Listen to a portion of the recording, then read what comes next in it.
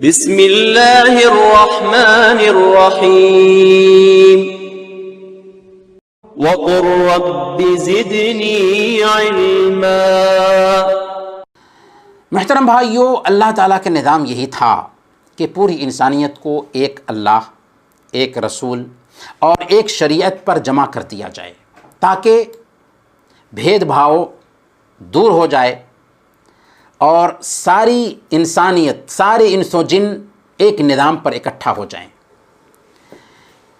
لیکن شروع میں ایسا کرنا ممکن نہیں تھا، کیونکہ لوگ دنیا کے مختلف حصوں میں بٹے ہوئے تھے، ان میں آپسی میل جول نہ تھا، ان کی زبانیں بھی الگ الگ تھیں، ملکوں کے درمیان فاصلے تھے اور دوسری زبانوں کو سیکھنے کا چلن بھی عام نہیں تھا۔ اس لیے ایک ہی نبی کا اس وقت ساری انسانیت کے لیے آنا بہت مشکل تھا۔ دوسری بات یہ ہے کہ اس وقت انسانی عقل بھی محدود تھی۔ واقعہ یہ ہے کہ انسانیت کی ترقی اس طرح ہوئی ہے جس طرح ایک کے بچے کی ترقی ہوتی ہے کہ بچپن سے سن شعور کو پہنچتا ہے، سن شعور سے جوانی کو پہنچتا ہے اور جوانی کے بعد بڑھاپا آتا ہے، ویسے ہی ایک انسان کی بھی ترقی ہوئی ہے۔ اس لیے اللہ رب العالمین نے مریض کی کیفیت کے حساب سے کہ جیسے مریض ہوتا ہے ویسے ہی اس کو دوا دی جاتی ہے، ویسے ہی اللہ رب العالمین نے نظام حیات کا بھی انتخاب کیا کہ جس قدر ایک انسان برداشت کر سکتا تھا اتنا ہی زندگی گزارنے کا سسٹم دیا۔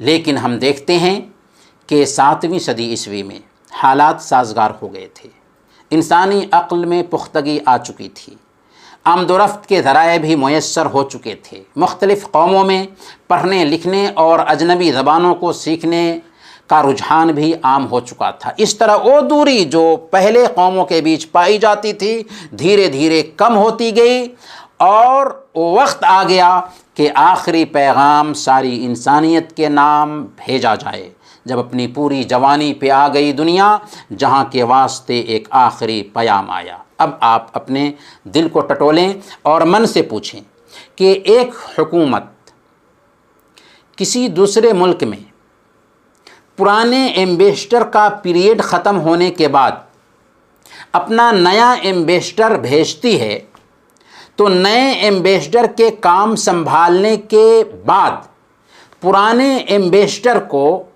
کیا اپنا حکم چلانے کا اختیار رہ جاتا ہے؟ قطعاً نہیں۔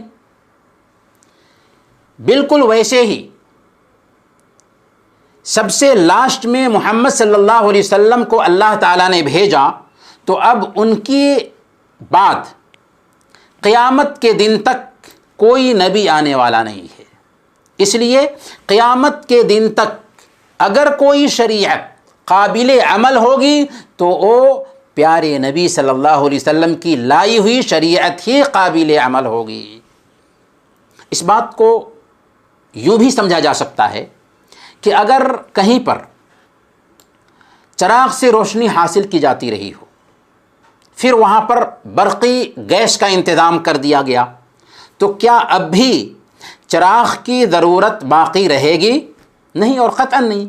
بالکل ویسے ہی سارے انبیاء ہدایت کے ستارے تھے، پھر ایک وقت آیا کہ اللہ تعالیٰ نے ہدایت کا سورج نکال دیا، یعنی اللہ کے نبی صلی اللہ علیہ وسلم کی بعثت کر دی، تو اب نہ پچھلی شریعت کی ضرورت رہی اور نہ ہی پچھلے کسی نبی کی ضرورت رہی، کیونکہ اللہ کے نبی صلی اللہ علیہ وسلم تمام خوبیوں کے جامع ٹھہرے۔